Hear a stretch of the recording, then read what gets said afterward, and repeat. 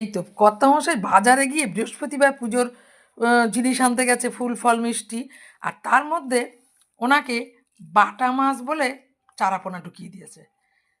এই হচ্ছে উনি চিনতে পারে না। এতদিন বাজার করছে কিন্তু চিনতে পারে না। মানুষকে তার বিশ্বাস মধ্যে করতে হয়। তার মধ্যে পয়সা কড়ি নিয়ে যাবে প্রত্যেক দিনই, যখনই বাজারে যাবে কিছুটা হাঁড়ি রেখে আসবে, কিছুটা জলে ভিজিয়ে ফেলবে। এইরকম করে। মানে কি করবে ঠিক করতে পারে না। এই হচ্ছে আমাদের কটা মাছ ভেজে নিয়েছি। কি করব? বাটা মাছ আমার একটু পছন্দ, সেখানে চারাপোনা চিনতে পারে না।